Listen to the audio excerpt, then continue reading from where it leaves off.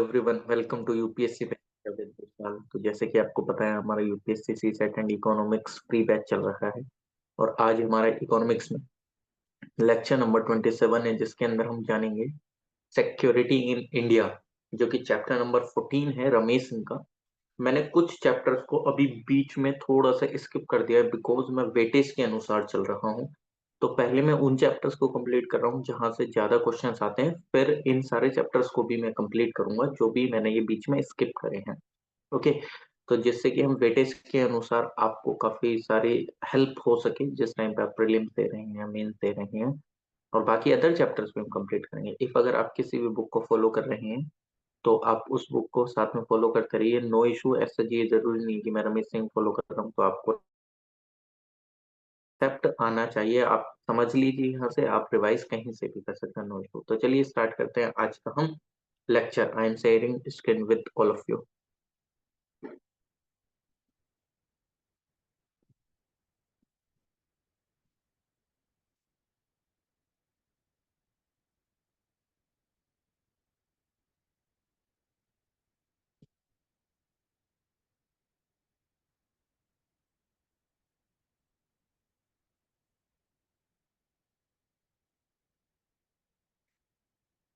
तो चलिए, ये तो हमारा सी सेट का लास्ट लेक्चर था।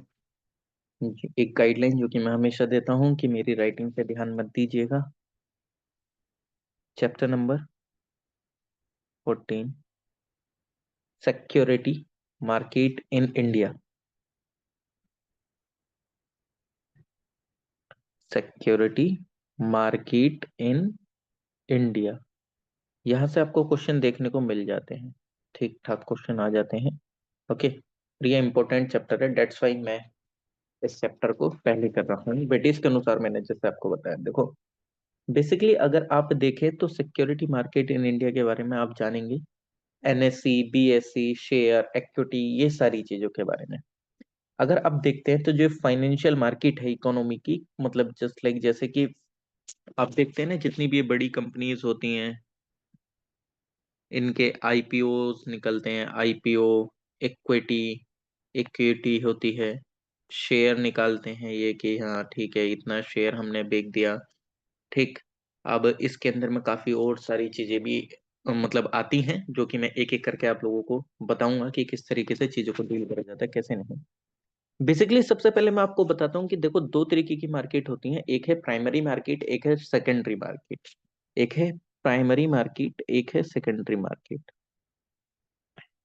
एक है प्राइमरी, एक है सेकेंडरी। देखो बेसिकली इसका मतलब क्या होता है कि मान लीजिए कि आपने कोई भी एक मोबाइल फोन, यानी कि ये कोई भी मोबाइल फोन है, और आपने ये परचेस करा है एक शॉप से। ठीक, फॉर जस्ट एग्जांपल, ये आपने एक शॉप से परचेस करा है। तो ये क्या है, ये आपकी प्राइमरी डीलिंग है। अब आप इस मोबाइल को किसी और पर्सन को बेच देते हैं। मान लीजिए किसी बी पर्सन ने आपसे ये मोबाइल खरीद लिया, तो this is known as secondary market. ठीक। ये क्या है, ये सेकेंडरी मार्केट में आ गया। क्यों? क्योंकि अब ये डायरेक्टली उस पर्सन से मोबाइल नहीं खरीद रहा है, किससे, शॉप से नहीं खरीद रहा है, ये अब आपसे डायरेक्टली डीलिंग करके ये मोबाइल लिया है। तो जब जिस टाइम पे आपकी एकदम डीलिंग होती है किसी एक पर्सन से जिसका वो एक मटेरियल होता है, ये जो उसका ओनर होता है, तो उस टाइम पे आप प्राइमरी की मार्केट बोलते हैं कि हाँ ये हमारी primary market. Secondary market just like कि जैसे कि आपने उसी मटेरियल को उस पर्सन से खरीदा जो ऑलरेडी उस चीज को खरीद चुका था, तो वो आपका किस में आ जाता है, सेकेंडरी मार्केट में।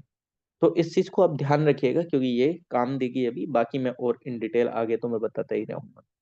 अब इस तरीके से डीलिंग होती है किसमें, एक्सचेंजेस में, शेयर में, इक्विटी, इन सारी चीजों में, कंपनीज के। ठीक, सिक्योरिटीज, डिवेंचर, शेयर, बॉन्ड्स वगैरह, ये सारी चीजें। ठीक। अब इस तरीके की डीलिंग होती है, उनको अब डिटेल में जानते हैं कि उनमें कैसे क्या डीलिंग होती है, क्या नहीं होती। देखो आपने सुना होगा स्टॉक एक्सचेंजेस। पहले मैं धीरे धीरे इन चीजों के बारे में बता दूं कि कहाँ, मतलब एक तरीके से शॉप क्या है जहां से आप ये सारी चीजें खरीद सकते हैं। पहले मैं शॉप बताऊंगा, फिर उनके अंदर क्या प्रोडक्ट मिलता है वो बताऊंगा, ठीक है। तो स्टॉक एक्सचेंजेस आपने सुने होंगे। पहले हम शॉप के बारे में बात कर रहे हैं कि जस्ट लाइक जैसे आप कोई भी मोबाइल अगर खरीदना चाह रहे हैं तो उसके लिए आप शॉप पे जाते हैं। अब कोई भी आप बॉन्ड वगैरह खरीदने जा रहे हैं या कुछ भी स्टॉक वगैरह आप खरीद रहे हैं, ये इक्विटी शेयर वगैरह या A to Z कुछ भी, तो उसकी भी एक पर्टिकुलर कोई शॉप होती है। तो यानी कि यहाँ पे वो शॉप क्या है, वो स्टॉक एक्सचेंज है। लेकिन इन पे प्रोडक्ट क्या क्या बिकता है वो हम इन डिटेल जानेंगे। पहले आप शॉप जानो कि इनकी जो एक शॉप है, दुकान जो है इनकी, वो कहाँ कहाँ है एक तरीके से। तो ये जो स्टॉक एक्सचेंजेस हैं, ये आपको अवेलेबल कराते हैं किसी भी कंपनी का क्या, शेयर, शेयर, इक्विटी या कुछ भी ऐसा या IPO अगर कुछ भी निकलता है, ये सारी चीजें आपको प्रोवाइड कराते हैं। ठीक, ये क्या होते हैं IPO, ये सारी चीजें वो डिटेल में आगे जानेंगे। पहले आप इनकी दुकान देखिए कि ये कहाँ से, हाँ आप इन लोगों ये सारी चीजें खरीद सकते हैं। तो आपने दो स्टॉक एक्सचेंजेस बहुत अच्छी तरीके से पढ़े होंगे, एक होता है NSE, एक होता है BSE। इनके अलावा भी होते हैं, लेकिन पहले मैं NSE और BSE की बात कर लेता हूँ। NSE यानी कि national stock exchange of India limited, national stock exchange of India limited, ये 1992 के अंदर में बना था। 1992 के अंदर में बना था, और ये ऑपरेशनलाइज्ड हुआ था 1994 के अंदर में, ऑपरेशनलाइज्ड हुआ था 1994 में। ठीक, ये क्या करता है बेसिकली, ये अपने यहाँ पे इसके पास क्या है, इसके पास 50 शेयर, ये 50 शेयर इंडेक्स निकालता है। And 500 share index is known as S&P CNX 50 and S&P CNX 500 respectively। देखो कुल मिला के ये है कि इस पे कुछ स्टॉक एक्सचेंज होते हैं, जस्ट लाइक कुछ कंपनीज अपने आके यहाँ पे सामान को बेचती हैं। अभी सिंपल इतना से ध्यान रख लो, वो अपने स्टॉक्स को बेचती हैं, वो अपने शेयर्स को बेचती हैं नेशनल स्टॉक एक्सचेंज पे। इतना सा भी ध्यान रखो, इन डिटेल में बात करूंगा, लेकिन अभी पहले ये समझ लो कि ये दुकान है जहां पे उन कंपनीज के मतलब शेयर्स वगैरह आप वहां से जाके खरीद सकते हैं। और यहाँ पे भी एक चीज और बताऊंगा। अब ऐसे ही एक BSE होता है, बॉम्बे स्टॉक एक्सचेंज। ठीक, जो कि एक पहले प्राइवेट हुआ करता था, मतलब प्राइवेट का ये एक रीजनल स्टॉक एक्सचेंज हुआ करता था, लेकिन ये बाद में नेशनली कन्वर्ट हो गया 2002 के अंदर में। 2002 में नेशनली कन्वर्ट हो गया, और ये सबसे बड़ा स्टॉक एक्सचेंज है। इसके अंदर अगर आप देखेंगे तो 75% टोटल स्टॉक ट्रेड होते हैं। टोटल कितने, 75% स्टॉक जो है इंडिया के, वो इसी से ही आप ट्रेड करते हैं। ठीक, जितने भी स्टॉक्स हैं, ये स्टॉक्स वगैरह क्या होते हैं वो इन डिटेल जानेंगे। मैं अभी भी बार बार उस चीज को रिपीट कर रहा हूँ, लेकिन अभी पहले जान लो कि ये दुकान है जहां से हम स्टॉक्स खरीदते हैं, शेयर खरीदते हैं। अब बेसिकली इसके बाद क्या होता है कि इसके जो है, इसके भी टाइप हैं, 4 इंडेक्सेस निकालता है ये BSE। जैसे एग्जांपल है इसका सेंसेक्स, एक निकालता है BSE 200 करके, BSE 200, एक BSE, एक BSE 500, एक BSE नेशनल इंडेक्स। और नेशनल इंडेक्स BSE छोड़ो, नेशनल इंडेक्स। बेसिकली ये क्या है, देखो ये 4 इंडेक्सेस इससे ये कनेक्टेड है। ये UPSC में प्रीलिम्स में क्वेश्चन भी आए थे, ध्यान रखना। आप ऐसे समझ लो, ये दुकान है जहां से, मतलब जस्ट लाइक जैसे मोबाइल शॉप नहीं होती, हॉटस्पॉट करके होती हैं, या कुछ मॉल होता है, ये पर्टिकुलर एक शॉप की दुकान होती है। उस तरीके से ये जैसे NSE है, BSE है, अब ये जो है ये पर्टिकुलर शॉप है जहां से आप जाके चीजों को खरीद सकते हैं, स्टॉक्स खरीद सकते हैं, जैसे आप मोबाइल खरीदते हैं शॉप से जाके। बट ये जो BSE है 4 कैटेगरीज में अपने चीजों को बेचता है। एक है सेंसेक्स, एक है BSE 200, एक है BSE 500, एक है नेशनल इंडेक्स। तो इस सेंसेक्स जो होता है, जिसको सेंसिटिव इंडेक्स के नाम से जानते हैं, इसके अंदर में 30 स्टॉक इंडेक्स, मतलब ये 30 स्टॉक का इंडेक्स निकालता है BSE। ठीक, बाद में जाके इसको 50 स्टॉक्स तक कर दिया 2000 में। बाद में जाके ये कितना निकालने लगा, ये पहले 50 निकालता था, 50 स्टॉक्स इसके अंदर, वो 30 स्टॉक्स इसके अंदर में आते थे, बाद में जाके 50 हो गए। ठीक, अब ऐसे ही BSE 200, ये 200 स्टॉक का शेयर इंडेक्स होता है। ठीक, मतलब 200 स्टॉक्स का शेयर इंडेक्स है BSE 200, यानी कि 200 स्टॉक्स इसके अंदर में है। BSE 500 यानी कि इसके अंदर में लगभग 500 स्टॉक इंडेक्सेस को ये काउंट करता है, इंडस्ट्रीज के सब सेक्टर हो गए उसके, छोटी मोटी जितनी भी इंफॉर्मेशन टेक्नोलॉजी वाली कंपनी होगी, वो सारी चीजें। नेशनल इंडेक्स ये 100 स्टॉक्स का है, मतलब जस्ट लाइक ऐसे समझ लो कि नहीं होता कि अरे इस दुकान पे सिर्फ इतना सामान मिलेगा, इस दुकान पे सिर्फ यही मोबाइल मिलता है, इस दुकान पे इस कंपनी का मिलेगा। मान लीजिए किसी एक शॉप पे वीवो का मिल रहा है, किसी एक पे लावा का मिल रहा है, किसी एक पे मोटरोला मिल रहा है, किसी एक पे एप्पल आईफोन, ये सारी चीजें मिल रही है। तो इस तरीके से बीएसई ने भी अपनी 4 कैटेगरी निकाल रखी है कि भाई देखो हमारी और भी 4 अदर ब्रांचेस हैं, वहां से आप जाके अपने अलग अलग मोबाइल ले सकते हो। तो सेम ऐसे ही यहाँ पे क्या है, बीएसई ने अपने अलग अलग स्टॉक्स हैं कि बेसिकली आपको अगर इतने इतने स्टॉक्स खरीदने हैं, उनका कैटेगराइजेशन कैसा है कैसा नहीं है वो हम अभी बात करेंगे, ठीक। तो अभी जो हम पर्टिकुलरली 2 शॉप्स जानते हैं स्टॉक एक्सचेंज की, बट इसके अलावा भी हमारे स्टॉक्स एक्सचेंजेस होते हैं, लेकिन सबसे बड़ा जो स्टॉक एक्सचेंज है वो आपका बीएसई है। बीएसई यानी कि सबसे बड़ी जो दुकान है किसी चीज की वो है बीएसई, ठीक। अब ये स्टॉक्स वगैरह कैसे लिस्टेड होते हैं क्या होते हैं वो भी हम इन डिटेल जानेंगे, बट अभी पहले ऊपर से ओवरव्यू लो इन सारी चीजों का। स्टॉक एक्सचेंजेस ऐसा नहीं है कि ये पहली बार ही ये मतलब अभी 19th सेंचुरी में देखने को मिले या 20th सेंचुरी में देखने को मिले, ये पहले भी होता था। अगर जस्ट लाइक जैसे कभी पीसीएस वगैरह में कोई क्वेश्चन आ जाते हैं वनडे टाइप एग्जाम में, तो मैं आपको बता देता हूँ। देखो वर्ल्ड का जो फर्स्ट स्टॉक एक्सचेंज था वो कहाँ एस्टेब्लिश हुआ था, वो हुआ था एंटवर्प। एंटवर्प, एंटवर्प जो कि कहाँ है, ये है वो बेल्जियम में। बेल्जियम, बेल्जियम के अंदर सबसे फर्स्ट स्टॉक एक्सचेंज, यानी कि ऐसा समझ लो दुनिया की सबसे पहली मोबाइल की दुकान बेल्जियम में देखने को मिली थी, ठीक, रिलेट करने के लिए, ठीक। ये उस टाइम पे नीदरलैंड का पार्ट होता था, जिस टाइम पे ये स्टॉक एक्सचेंज नीदरलैंड का पार्ट होता था। न्यूजीलैंड मत समझना इसको, ये नीदरलैंड का एनएल लिख दिया मैंने ऐसे ही। और ये 1631 में बना था, ये 1631 में बना था, ठीक। एंटवर्प बेल्जियम, नीदरलैंड का पार्ट होता था उस टाइम पे बेल्जियम, तो 1631 में ये बना था। फिर उसके बाद आपको लंदन स्टॉक एक्सचेंज देखने को मिलता है, एलएसई, मैंने शॉर्ट फॉर्म लिख दिया। 1773 में ये एक स्टॉक एक्सचेंज आया, ठीक। उसके बाद में अगर आप देखेंगे तो फिलाडेल्फिया स्टॉक एक्सचेंज आया, फिलाडेल्फिया स्टॉक एक्सचेंज आया, एस ई लिख देता हूँ, फिलाडेल्फिया स्टॉक एक्सचेंज, ठीक। ये न्यू वर्ल्ड की सबसे फर्स्ट ओपनिंग थी, मतलब 1790 में ये ओपन हुआ, यानी कि धीरे धीरे यहाँ से मॉडर्नाइजेशन हल्का बहुत चालू हो गया, ठीक। ऐसे आप समझ सकते हो। और अगर आप देखें तो 5 लार्जेस्ट स्टॉक एक्सचेंज अगर देखें मार्केट कैपिटलाइजेशन के बेसिस पे, अगर इन नंबर्स ऑफ पैसे के अगर देखा जाए, कैपिटल के कंपैरिजन में देखा जाए, तो सबसे बड़ा स्टॉक एक्सचेंज आपको पता है कौन सा ही होगा, न्यूयॉर्क स्टॉक एक्सचेंज सबसे बड़ा स्टॉक एक्सचेंज है, क्योंकि ऑब्वियसली बात है वहां पे बहुत सारी कंपनी लिस्टेड है और उनकी कैपिटल बहुत ज्यादा है। New New York, N E NEWYORK, New York का सबसे बड़ा कैपिटलाइजेशन के, उससे कम कौन सा है, उससे कम आपको देखने को मिल जाता है नेस्टेक, नेस्डेक। उसके बाद आपको देखने को मिल जाता है टोक्यो का, टोक्यो, टोक्यो स्टॉक एक्सचेंज। उसके बाद कैपिटलाइजेशन के टर्म में और कौन सा है, उसके बाद है लंदन। और उसके बाद अपना आता है बॉम्बे स्टॉक एक्सचेंज। ये कैपिटल के बेसिस पे, यानी कि कंपनीज की वर्थ के, एसेट्स के ऊपर पे बेसिस है, ठीक। यानी कि ये सारी दुकान है जहाँ पे कुछ मोबाइल मिलते हैं, तो ऐसे समझ लो ये सारी दुकान है जहाँ पे आपको शेयर्स वगैरह या स्टॉक्स वगैरह मिलते हैं कंपनीज के। अब वो कैसे कैसे मिलते हैं कैसे नहीं मिलते हैं वो अभी हम जान लेते हैं, ठीक। चलिए, ओके, अब आगे चलते हैं,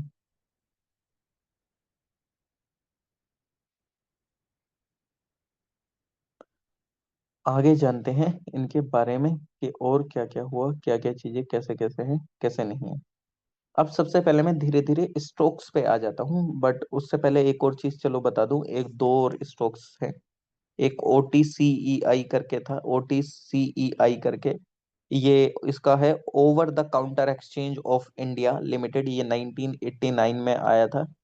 ये बेसिकली ये है कि ऐसे समझ लो कि इसमें ये एक ऐसा कॉमर्स ट्रेडिंग प्लेटफॉर्म था जिसमें सबसे पहले कंप्यूटराइज्ड चीजों से, कंप्यूटराइज्ड स्टॉक एक्सचेंज लाए गए, क्योंकि 1985 में धीरे धीरे हमारे कंप्यूटर रेवोल्यूशन आने लगा था। तो ये पहला ऐसा एक्सचेंज था बेसिकली जो कि कंप्यूटराइज था। इसको बैकअप प्रोवाइड करा था UTI, United trust of India bank, जो कि आई थिंक आज आपकी एक्सिस बैंक कहलाती है मेरे हिसाब से, और ICICI बैंक ने इसको सपोर्ट करा था, SBI ने इसको सपोर्ट करा था, ठीक। तो ये computerised, first computerised stock exchange था भारत का। ऐसे आप इसको समझ सकते हैं। एक आईएसी करके था, जिसको आप बोलते हैं इंटरकनेक्टेड स्टॉक एक्सचेंज। लेकिन सबसे अहम रोल जो निभाते हैं आजकल वो बीएसई है, ऐसे समझ लो। बीएसई सबसे बड़ा कैपिटल के टर्म्स में भारत में अगर देखा जाए तो, ठीक, भारत की सबसे बड़ी मोबाइल की शॉप बीएसई है, ऐसे समझ लो। तो यानी कि कंपनीज के टर्म्स में बीएसई स्टॉक एक्सचेंज के लिस्टेड के मामले में भारत का सबसे बड़ा स्टॉक एक्सचेंज है। आईएसई ये भी बना था लगभग 1998 के अंदर में। ठीक। बट बाद में काफी सारी चीजें अलग अलग हो गई, वो तो चलो अलग, कोई दिक्कत नहीं, वो मैं आपको आगे बता दूंगा। तो अभी मैंने आपको शॉप्स बता दी जहां जहां से आप स्टॉक्स खरीद सकते हैं। लेकिन अब स्टॉक्स क्या है, कैसे खरीदना होता है, क्या है क्या चीज, वो हम आपको बताते हैं। देखिए,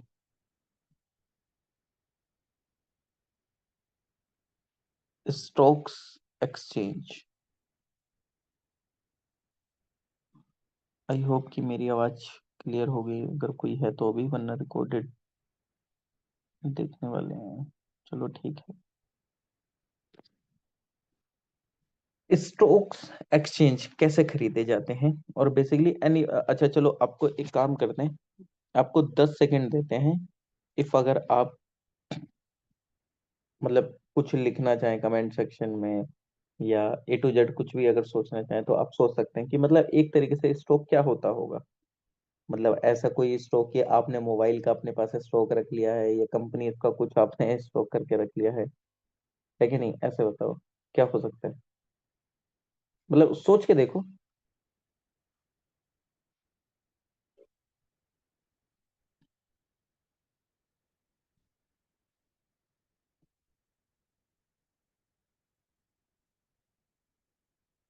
10 सेकंड, 10 सेकंड का टाइम दिया था मैंने, और आई थिंक 10 सेकंड खत्म होने वाले हैं। मतलब एक बार हल्का सा,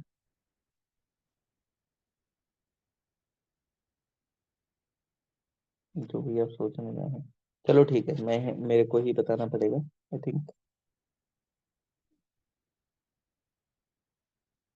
कोई दिक्कत नहीं है, हम बता देते हैं। देखो एक बात, मतलब इफ अगर आप देखेंगे कि मान लीजिए कि आप कल को कोई एक बिजनेस भी खड़ा करने की सोचते हैं। ठीक। आपने कोई एक बिजनेस चालू करने का सोचा,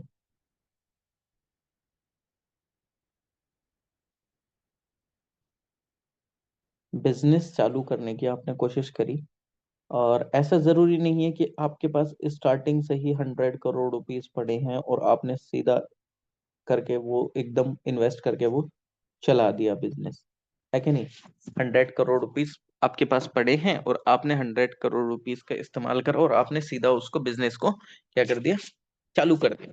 यार अगर ऐसा ही होता तो आपको बिजनेस करने की जरूरत ही नहीं पड़ती, आपके पास ऑलरेडी 100 करोड़ रुपीस है, क्या ही सोचेगा कोई, है क्या नहीं। जरूरी नहीं है कि आपको किसी बिजनेस को चालू करने के लिए 100 करोड़ रुपीस ही चाहिए, ये तो मैं जस्ट एक एग्जांपल के लिए मैं बोल रहा हूँ।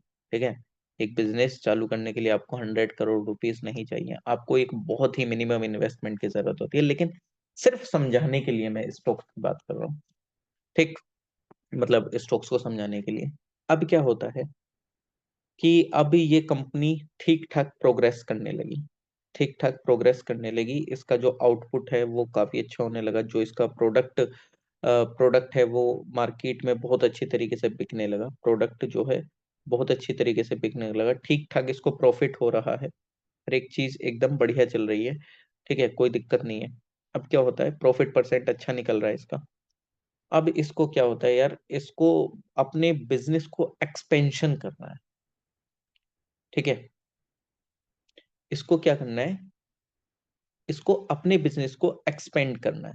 एक्सपेंड करने के लिए मान लेते हैं कि इसको जो प्रॉफिट हुआ 50 करोड़ रुपीस का हुआ, कोई दिक्कत नहीं है, 50 करोड़ का हो गया है। लेकिन इसको बिजनेस को एक्सपेंड करने के लिए या कुछ और चीजें, मतलब जस्ट लाइक कहीं अदर कंट्री में ओपन करना है, या किसी जगह एक और स्मॉल यूनिट लगानी है, या इंडिया में ही कुछ और चीज करना है, या उसी में ही कोई नए प्रोडक्ट्स को लेके आना है। ठीक। अब क्या होगा, तो अब इसको क्या है कि बेसिकली ये क्या करेगा कि देखो इसके पास 50 करोड़ है, कोई दिक्कत नहीं है, प्रॉफिट आ गया 50 करोड़। लेकिन इसको कंपनी को और एक्सपेंशन करने के लिए 100 करोड़ रुपीस की नीड होती है, और 100 करोड़ रुपीस की नीड होती है। तो अब आप बोलेंगे सर ये जाके बैंक से लोन ले लेगा, कोई दिक्कत नहीं है, ये सारी चीजें। यार देखो, हर बार बैंक से लोन लेना ही एक ऑप्शन नहीं होता है, और बैंकिंग से अगर हर कोई एक बिजनेस पर्सन जाके लोन लेने लगे तो फिर और भी जितनी भी सारी चीजें हैं वो सारी इंटरप्ट भी हो जाएंगी। ठीक, मैं ये नहीं कह रहा कि नहीं ले सकता है लोन वगैरह, आप वहां से भी लोन ले सकते हैं, नो इशू, कोई दिक्कत नहीं है। लेकिन जो अदर फंक्शंस हैं बैंकिंग के, और बैंकिंग भी जो है वो एक बैंक जो है वो भी एक लिमिटेड अमाउंट ही दे सकता है। अब 100 करोड़ लेने के लिए मान लेते हैं कि काफी लोग पहुंच गए, सारे बिजनेसमैन पहुंच गए, किसी को, ये तो मैंने एक मिनिमम अमाउंट बताया, किसी को 1000 करोड़ की जरूरत है, किसी को 2000 करोड़ की जरूरत है, सारे बैंक से ही लोन लेने पहुंच गए, तो फिर क्या होगा? जो अदर सर्विसेज है, मतलब जैसे हमने प्रीवियस चैप्टर में पढ़ा था कि जैसे प्रायोरिटी सेक्टर लेंडिंग वगैरह, ये सारी चीजें वो तो कभी फुलफिल ही नहीं होंगी, है कि नहीं? ये सारी चीजें जो कॉमन पीपल को, मतलब बहुत सारी चीजें इंटरप्ट हो जाएंगी। अब उस केसेस में क्या करेंगे? वो केस तो हमारे लिए एकदम बहुत, मतलब बेकार सिचुएशन खड़ी कर देगा हमारी इकोनॉमी के लिए भी। तो अब क्या होगा कि बेसिकली कि बैंक से भी ले सकते हैं, एक मिनिमम अमाउंट लेना चाहे वो आप ले लो, लेकिन जिस टाइम पे बहुत बड़ी एक लार्ज अमाउंट है तो उसमें काफी सारी दिक्कतें भी आ जाती हैं। ठीक, तो अब क्या करते हैं, अब हम इसमें क्या करेंगे, मतलब जस्ट लाइक जैसे कोई भी कंपनी है, कि देखिए ये कंपनी का ओनर है, ये कोई ए पर्सन है, ये एक कंपनी है, मान लेते हैं HIL करके कोई एक कंपनी है, और इसको एक्सपेंशन होना है, ये मान लेते हैं कि ये हरियाणा बेस्ड कंपनी है, हरियाणा बेस्ड कंपनी है, और इसको अपना एक्सपेंशन वो यूपी में करना है, मान लेते हैं उत्तर प्रदेश में करना है। अब ये बैंक से लोन इतना ज्यादा लेने की इसको जरूरत, मतलब एज सच वो सारी नीड इसकी पूरी नहीं हो पा रही है, क्योंकि उसमें और भी सारे फंक्शंस होते हैं। तो अब ये क्या बोलता है कि देखो मेरी कंपनी की मेरे पास 100% ओनरशिप है, 100% ओनरशिप है। अब ये क्या करेगा, जितने की ये, मतलब जो ये 100% ओनरशिप है, ये इसमें से कुछ स्टॉक्स बेचेगा, यानी कि अपना कुछ हिस्सा बेचेगा, शेयर बेचेगा अपना। शेयर बेचना का इन द सेंस ये नहीं कि आप एकदम सीधे जाके पैसे दे दिए और उसको लाओ भाई लाओ अब तुम्हारी कंपनी हमारे हवाले होगी, नहीं।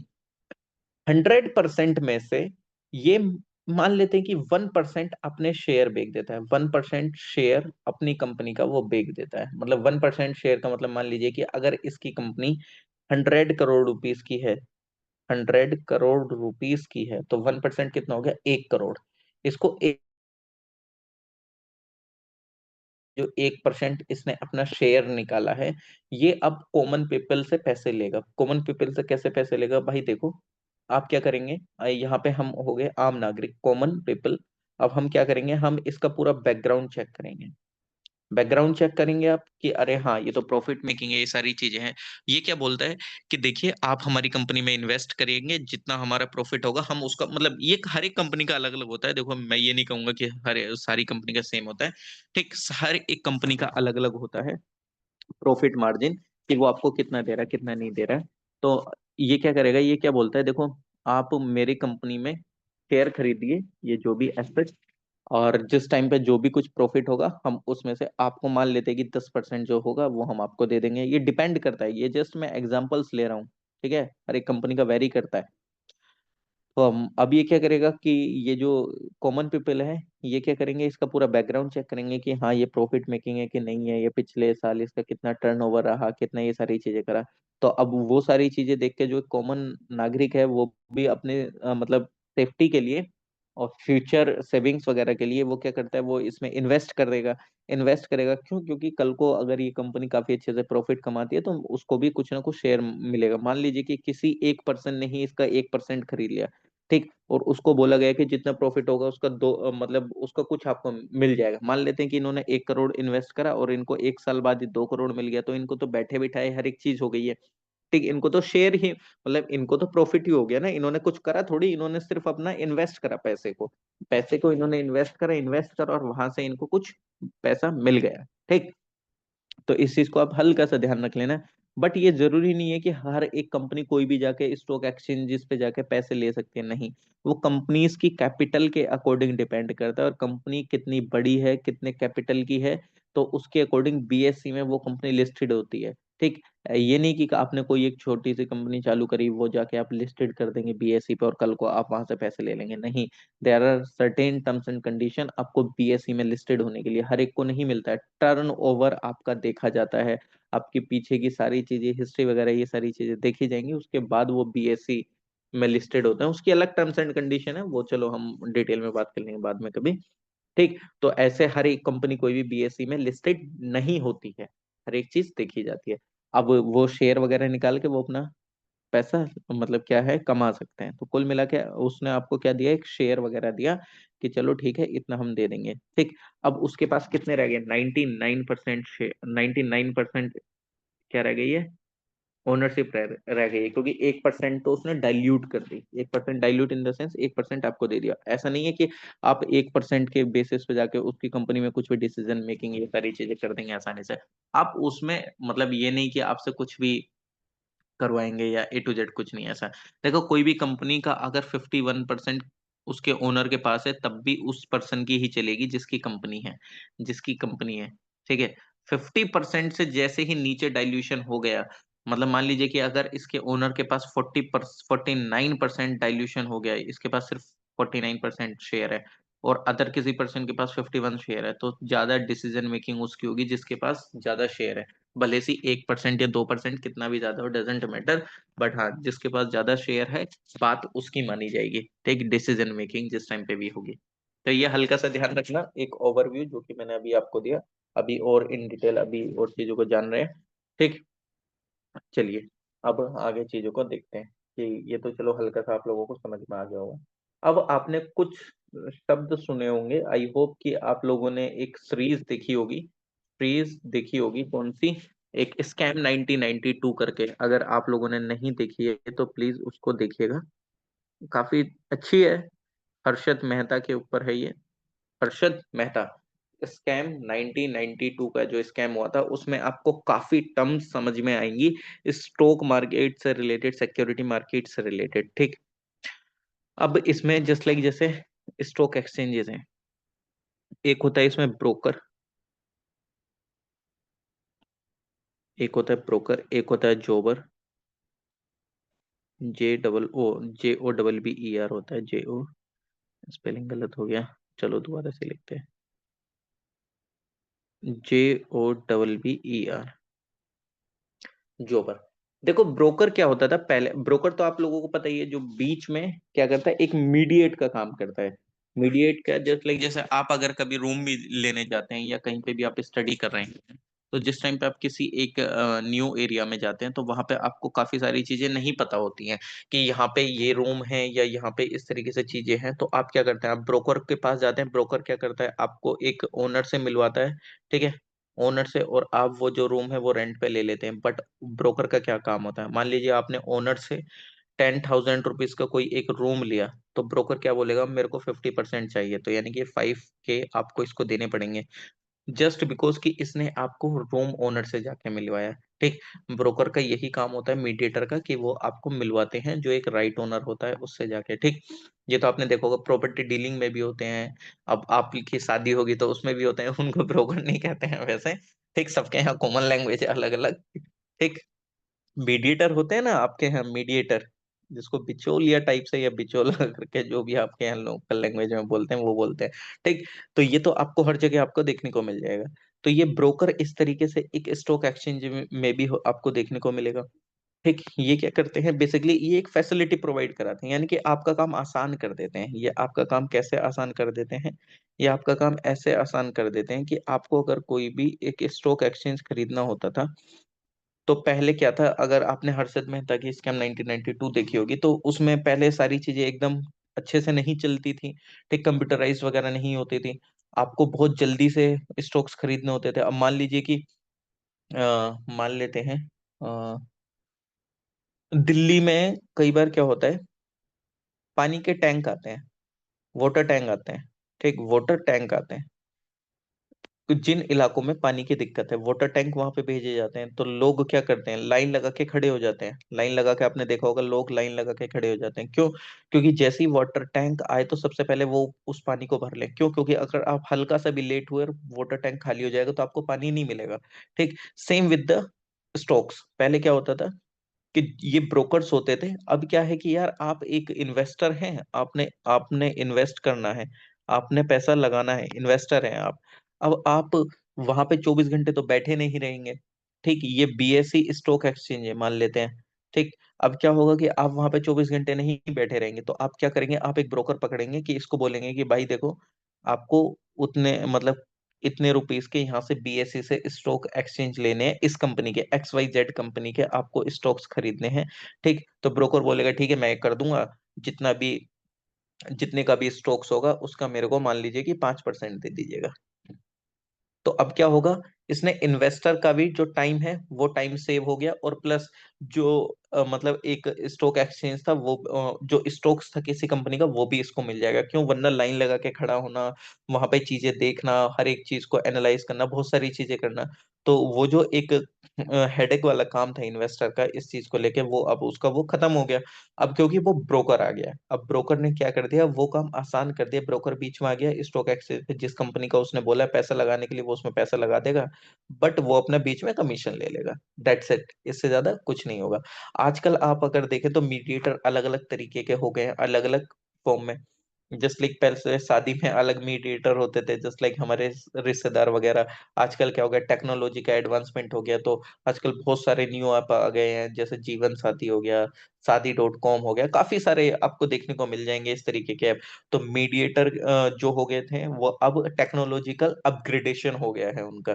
ठीक, जैसे आप उबर ओला वगैरह ये सारी कैब वगैरह आप करते हैं, तो ये क्या है, पहले आप जाके कार वालों से सीधा जाके बात करते थे, उनसे बुक करते थे। अब क्या करते हैं आप सीधा उबर से कांटेक्ट करते हैं। उबर एक ऐप है, उसने आपका काम आसान कर दिया, बीच में मीडिएटर का काम कर रहा है, बट हाँ वो कुछ एक अपना प्रॉफिट कमा ले रहा है उसमें। पहले आप स्विगी जोमेटो जोमेटो स्विगी जोमेटो वगैरह ये क्या करते हैं, ये भी तो एक मीडिएटर का काम करते हैं, बेसिकली सामान ही तो आपको डिलीवर कर रहे हैं ना, तो बीच में आपका अपना प्रॉफिट कमा लेते हैं ये। ठीक, तो अब वही चीज ब्रोकर की जगह आपको काफी सारे एप्स आपको देखने को मिल जाते हैं, है क्या नहीं। आप उनके थ्रू कर लेते हैं ट्रेडिंग वगैरह जितनी भी है, बहुत सारे हैं, एंजल इन्वेस्टर्स है या ग्रो ऐप, बहुत सारे आप आपको देखने को मिल जाएंगे। ठीक, अब यहाँ पे जोबर क्या होता है, जोबर क्या होता है, इन ब्रोकर्स ने भी रखा होता है। ठीक, ये छोटे लेवल पर हो जाता है कि इन ब्रोकर ने भी, अब ये ब्रोकर इतना पैसा कमा के थोड़े ठीक ठाक हो गए हैं, तो इन्होंने भी अपने एक असिस्टेंट रख लिया जिसको जोवर बोलते हैं कि भाई जाके अब तुम इस काम को करो, हम पैसा कमा रहे हैं। ठीक, मतलब कुल मिला के इन्होंने अपने असिस्टेंट के लिए एक और ब्रोकर रख लिया है कि नहीं। आपने देखा होगा कई जगह कई ब्रोकर जितने भी होते हैं रियल एस्टेट वाले, उनके यहाँ पे ऐसा थोड़ी कि अकेला ही पर्सन रहता है, उनके वहां पे बहुत सारे और भी ब्रोकर रहते हैं। तो इस ब्रोकर ने अपने लिए वो एक और ब्रोकर रख लिया, उसके कुछ हल्का बहुत प्रॉफिट दे देता है, ये ज्यादा पैसे कमा लेता है और नीचे वाले पर्सन को थोड़ा सा कम दे देता है। बस इतना सा डिफरेंस है इन दोनों में। ठीक, तो इसको समझ लीजिएगा, आई होप कि आपको ये समझ में आ गया होगा। चलिए नेक्स्ट देखते हैं। नेक्स्ट,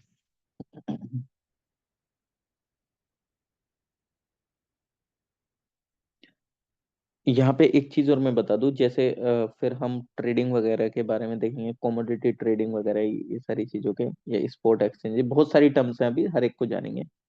लेकिन जैसे आपने देखा होगा सर, बैंकिंग बैंकिंग में जिस टाइम पे हम पढ़ रहे थे, बैंकिंग में जिस टाइम पे हमने काफी सारी चीजें पढ़ी, उस टाइम पे देखा कि बैंक को रेगुलेट करने के लिए उनके ऊपर आरबीआई बैठा है। आरबीआई बैठा है, तो यहाँ पे अगर कुछ भी दिक्कत होती है तो इनको रेगुलेट करने के लिए कौन बैठा है, तो यहाँ पे रेगुलेशन के लिए सेबी। सेबी यानी कि security exchange board of India, ये आया था 1992 में। ये 1992 में आया था। बेसिकली ये एक कौन सी बॉडी है, नॉन स्टैट्यूटरी बॉडी है, नॉन स्टैट्यूटरी बॉडी है, स्टैट्यूटरी बॉडी है, स्टैट्यूटरी बॉडी है, जो कि इस जितनी भी ये मतलब सिक्योरिटी मार्केट से रिलेटेड कोई भी टैकल आउट कर। ठीक, तो इसको आप ध्यान रखना। और मतलब इसने अपने मतलब अपने लॉज में भी चेंज करा था जिस टाइम पे शारदा स्कैम वगैरह हुआ था। वो भी मैंने आपको बोला था ना कि शारदा और निधि स्कैम वगैरह में बात करूंगा, तो मैं अभी यहाँ पे ही बीच में बात करूंगा आगे जाके। बट अभी हल्का सा सिंपल इतना ध्यान रखो, सेबी जो है वो क्या करती है, इन सबको टैकल आउट करती है बेसिकली। और इसका हेड ऑफिस आपका कहाँ देखने को मिल जाता है, मुंबई में आपको देखने को मिल जाता है, मुंबई में आपको देखने को मिल जाता है। ठीक, और अगर आप देखेंगे तो इसके अंदर में 9 मेंबर्स होते हैं, 9 मेंबर्स होते हैं, 9 मेंबर्स आपको इसके देखने को मिलते हैं। ठीक, इसमें मतलब चेयरमैन तो अलग हो गया, वैसे चेयरमैन को मिला के 10 हो जाएंगे, एक्सक्लूडिंग चेयरमैन 9 मेंबर्स हैं। अगर चेयरमैन को इंक्लूड कर दोगे तो भाई 10 मेंबर्स हो जाएंगे। और अगर देखेंगे इसमें तो हर मतलब 1 member each from the ministries of finance and law, 1 member RBI से, 2 मेंबर आपको अपॉइंट करे जाएंगे सेंट्रल गवर्नमेंट से, और 4 फुल टाइम मेंबर होते हैं। ठीक। और इसका मेन फंक्शन वही है, रजिस्टर करना स्टॉक एक्सचेंजेस का, म्यूचुअल फंड्स का, रजिस्ट्रार का, ब्रोकर्स का, सब ब्रोकर्स का। ठीक, अलग अलग तरीके की ये भी फीस चार्ज करता है, प्रमोट करते हैं इन्वेस्टर एजुकेशन को, इंस्पेक्शन करते हैं, ऑडिट करते हैं स्टॉक एक्सचेंजेस का। ठीक, परफॉर्म करते हैं अदर कंसर्न फंक्शंस इफ अगर आपको देखने को मिल जाते हैं टाइम टू टाइम जो भी। और इन्होंने अपने लॉज को भी थोड़ा सा चेंज, तो अभी हल्की सी काफी सारी चीजें आपको समझ में आई होंगी। और अभी तो इसमें काफी पार्ट्स लगेंगे, लगभग पार्ट्स का इसमें अभी इस इनको सिक्योरिटी मार्केट एक्सचेंज में 4 से वो 5 तो मिनिमम लेक्चर इसमें लगेंगे, आराम से हम इन डिटेल जानेंगे। ठीक। आई होप कि आपको आज का जो लेक्चर है वो समझ में आया होगा।